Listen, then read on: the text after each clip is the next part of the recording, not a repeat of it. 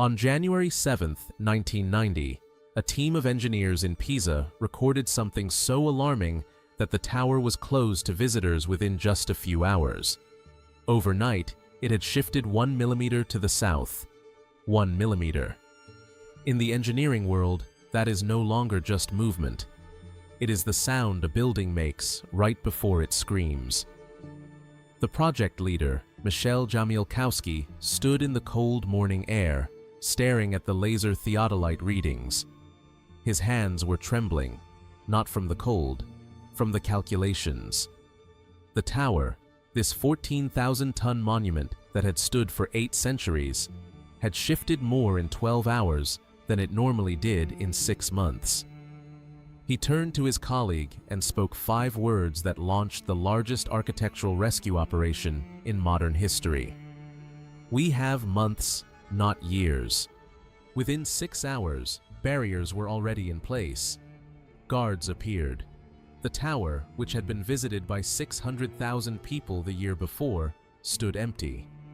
Silent.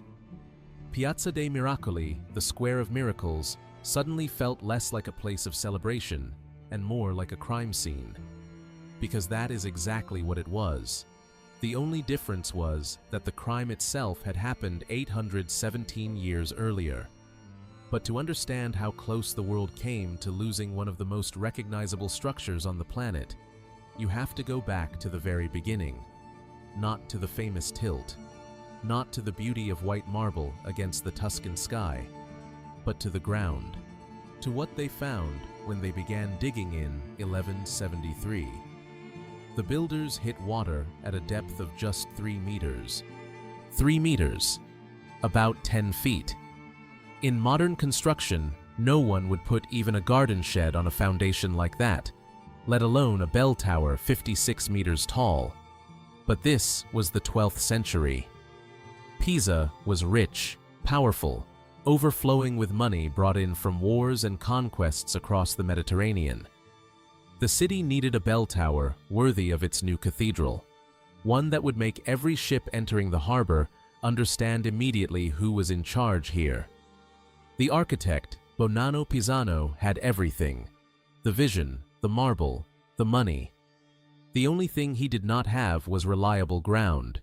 Pisa stands on the site of a former estuary. Thousands of years ago, the Arno flowed into the Ligurian Sea exactly where Piazza dei Miracoli stands today. Over the centuries, the river left behind layer after layer of sediment, clay, sand, silt, marine deposits, compressed into soft, water-saturated ground. Bonanno Pisano knew that. Every builder in Pisa knew that.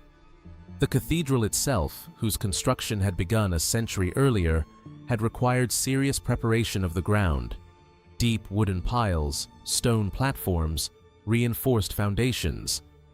But for the tower, Bonanno chose a different path. A ring foundation only 3 meters deep.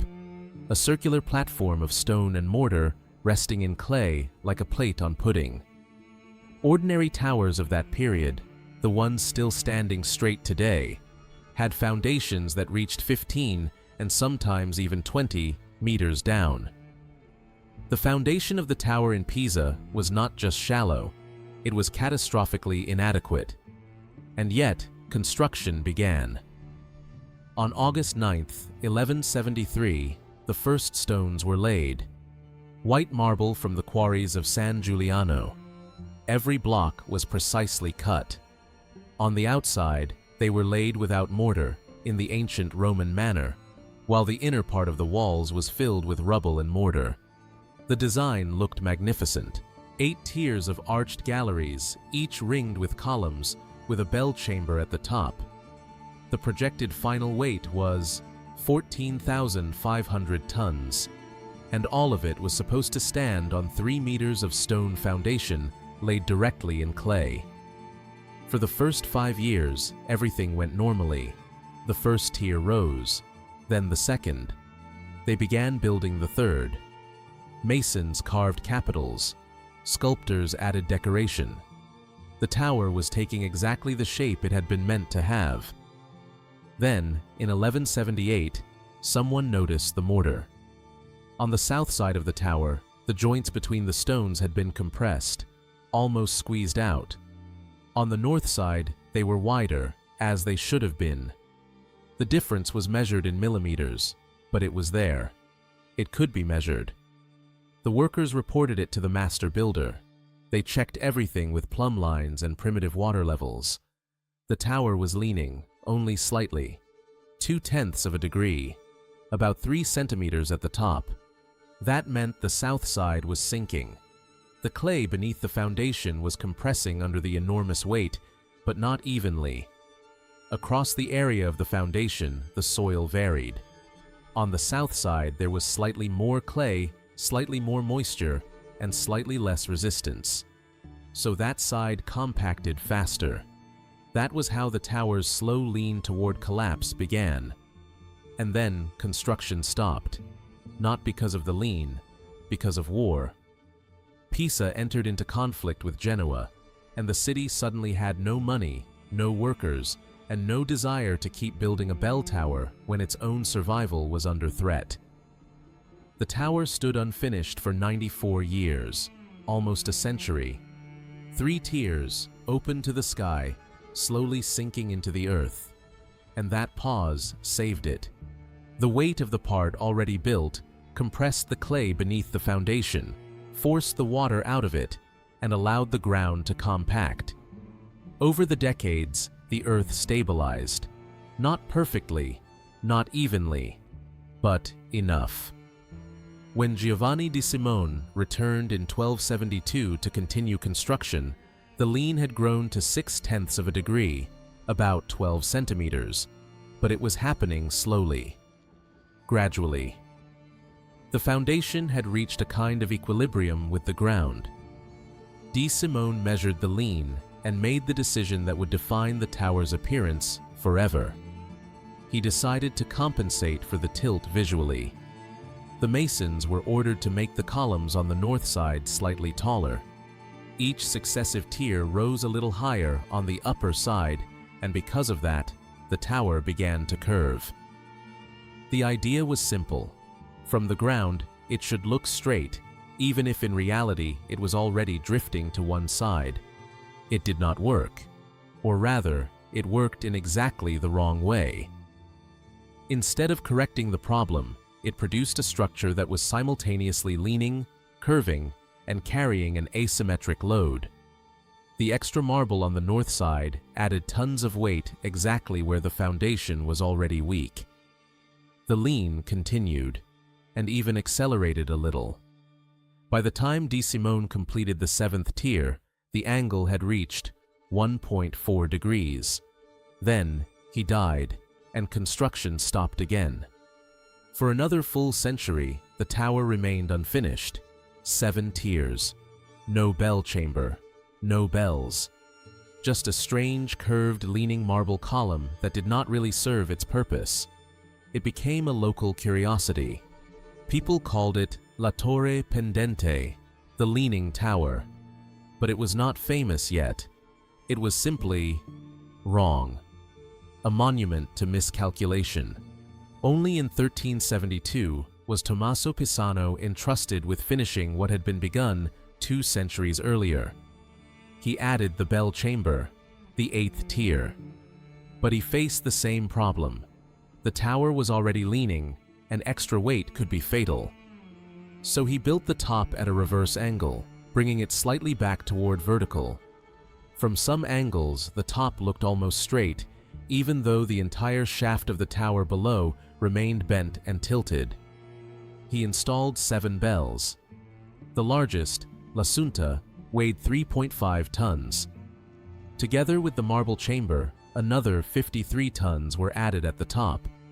For an already unstable structure, this was madness. When construction was completed, the lean measured 1.6 degrees, about 40 centimeters at the top. And then, for almost 500 years, nothing dramatic happened. The tower kept leaning, slowly, perhaps by fractions of a degree per century. In the 17th century, tourists began to visit it. Artists began to paint it. Scholars began to study it. Galileo supposedly dropped objects from it, though that is most likely a beautiful legend. The tower became part of Pisa's image. Yes, it was leaning. But it had already been leaning for centuries, and it seemed as though it would go on that way for a very long time. Then came 1838. The architect Alessandro della Gherardesca decided to make the base of the tower more beautiful. Over the centuries, the lower part had partly sunk underground and into accumulated debris. He wanted to excavate around the tower, reveal the lower columns, and create a walkway around the base so visitors could better admire the architecture.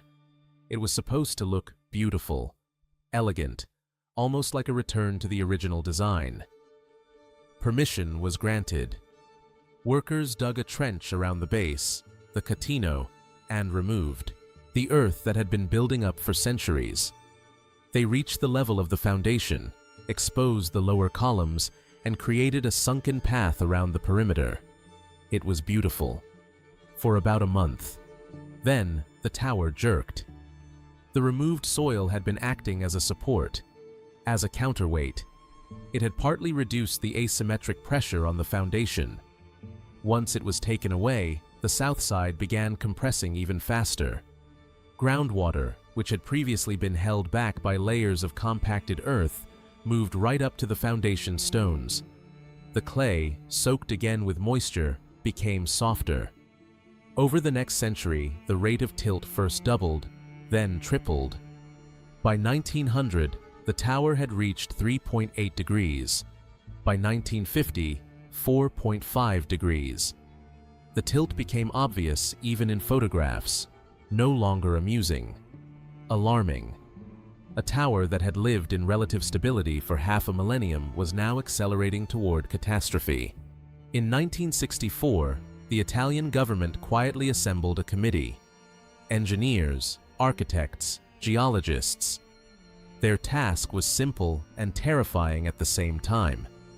Figure out how to stabilize the Leaning Tower of Pisa before it turned into a heap of rubble. The committee met, argued, proposed solutions. Some wanted to inject concrete under the foundation. Others wanted to secure the tower with cables anchored to the ground. One engineer even proposed freezing the soil with liquid nitrogen. In 1973, a solution appeared that seemed almost obvious. Make the north side sink as much as the south side had. Wells were drilled beneath the northern edge of the foundation, and water began to be pumped out. The logic was this: remove the groundwater, let the soil compress, make the foundation settle, and straighten the tower a little. The pumps were switched on Tuesday morning in June. By Wednesday afternoon, the tower had suddenly lurched another 0.02 degrees to the south. In 18 hours, that was equivalent to a decade of natural settlement compressed into a single day. Alarm sensors were triggered. Engineers rushed to shut down the pumps, refill the wells, and save the situation. The tower was literally one step away from complete collapse. The project was abandoned. The wells were sealed. The committee went back to the calculations, now seriously frightened that any intervention might be more dangerous than doing nothing. For the next 15 years, they argued, modeled, quarreled, observed, and the lean kept growing. By 1989, it had reached 5.5 degrees. The center of gravity had shifted almost to the very edge of the foundation's supporting area. Computer models showed that the margin of stability had nearly vanished. One heavy downpour, one small earthquake, one group of tourists standing in the wrong place. Any of it might have been enough to send 14,000 tons of marble crashing down in seconds. And then, on February 27, 1989, the Civic Tower in Pavia collapsed. Without warning, without a dramatic crisis, a medieval tower that had stood for 500 years simply came down. On similar ground, in the same region, people were hurt. The parallels with Pisa were too obvious. The tower in Pavia had not even been leaning. It had shown no obvious signs of trouble. It simply fell. The Italian government understood. There was no time left. Michel Jamilkowski, the engineer who led the rescue of the tower, studied the data, and in March 1989 gave the committee his conclusion. The Leaning Tower of Pisa would most likely collapse within the next 2 to 10 years, possibly sooner. Action had to be taken immediately, but any action could itself become the cause of catastrophe. The tower had come so close to the critical point that even vibrations from machinery could prove fatal. His solution looked desperate: stack lead blocks along the north side of the base, counterweights, crude, ugly, but fast. In June 1990, workers installed 900 tons of lead ingots in steel boxes along the north side of the foundation. It looked like bunkers, as if the tower had been taken hostage. Tourists who saw the photographs were horrified. A UNESCO World Heritage Site, a symbol of beauty, now looked like a construction disaster. But the solution worked. The extra weight slightly compacted the north side, only a little, by fractions of a millimeter, but it was enough to stop the acceleration, enough to buy time. The tower stabilized. The immediate danger receded, but everyone understood. The lead weights were a temporary measure. They could not stay there forever. A real solution was needed, and that was when Professor John Burland entered the picture. Burland was a geotechnical engineer from Imperial College London, a specialist in soil mechanics and foundation behavior. He had been advising the committee for years and proposed a radical idea, so paradoxical that when he first presented it, several Italian engineers walked out of the room, convinced it was a joke. He proposed adding nothing, instead removing something, extracting soil from beneath the north side of the foundation and allowing the tower to settle into the space created. Controlled settlement. If it were done slowly and with extreme care, the north side would gradually sink to the level of the south side. The tower would straighten a little. Not completely. Trying to make it perfect would have been both impossible and dangerous, but enough to pull it back from the edge of destruction. The committee argued for 2 years. The risks were enormous. Drilling under the foundation of a structure already on the verge of collapse meant playing with the very catastrophe everyone was trying to prevent. But the alternatives were no better. Removing support from beneath a 14,000-ton tower already leaning at 5.5 degrees sounded insane, like performing brain surgery with a sledgehammer. But Burland's calculations showed that if it were done with absolute precision, millimeter by millimeter, the tower would settle predictably. On paper, the physics worked. Only one question remained: would it work in reality? In 1993, Burland's plan was approved, but the work was still far off. The next 6 years were spent on preparation. Large-scale models were built. Computer simulations were run. Soil extraction methods were tested on similar structures. New sensors and monitoring systems were installed. Every point of the tower was mapped. Every crack was photographed and recorded. Every possible failure scenario was calculated. In 1999, after years of preparation, testing, and modeling, soil extraction began. The equipment was specially made for the task. Steel pipes 200 millimeters in diameter were inserted at precise angles beneath the north side of the foundation. At the end of each was an auger, not an ordinary rotating drill, but a device capable of removing soil slowly with almost no vibration. The pipe was inserted, carefully turned, withdrawn with a small amount of clay, then inserted again. Over and over, milliliter by milliliter. The work was done at night. Temperature stability was critically important. During the day, the marble heated up and expanded. At night, it cooled and contracted. Daytime measurements could distort the picture. So the teams worked from midnight to 4 in the morning, when the temperature was most stable, when the square was empty, when even distant traffic created almost no vibration. They began with trial extractions. 5 liters of soil were removed. Then they waited 48 hours, measured, checked.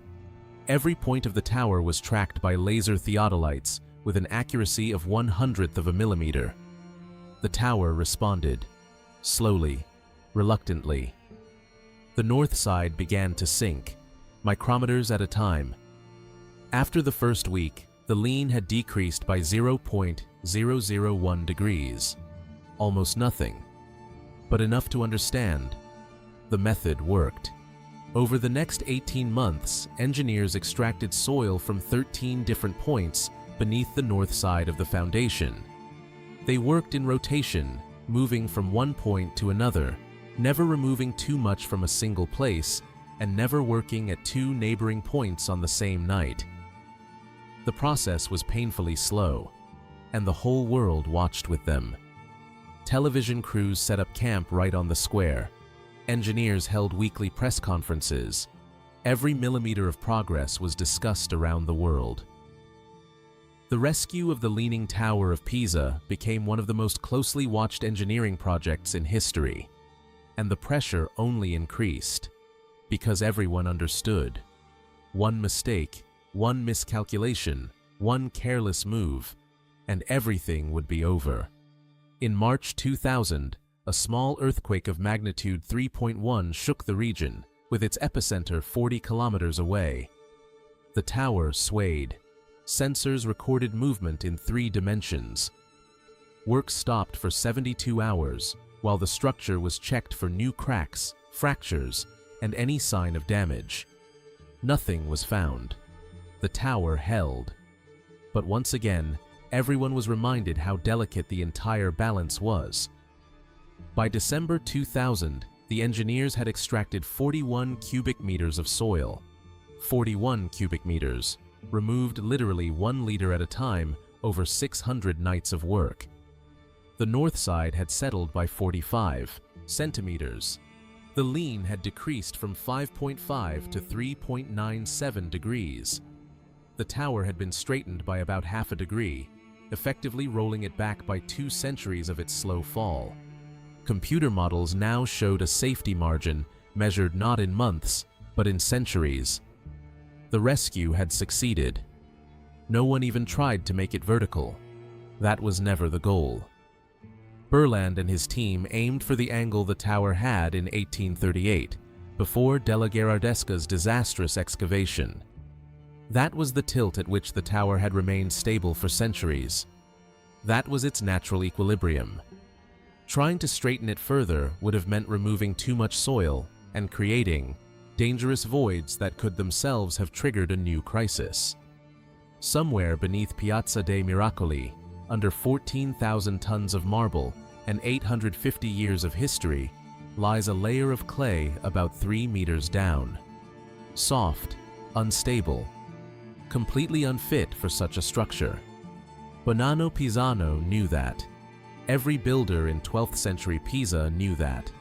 And still he made that choice. Perhaps out of pride. Perhaps because of budget limits. Perhaps it was a calculated risk. Or perhaps he simply did not care, because the consequences were supposed to come only after his death. The Leaning Tower of Pisa is falling. It has been falling since 1178, and if we are very lucky, if we are careful, attentive, and precise, it will go on falling for another 1,000 years. Still wrong, still beautiful, still the same tower that should have fallen, but never did.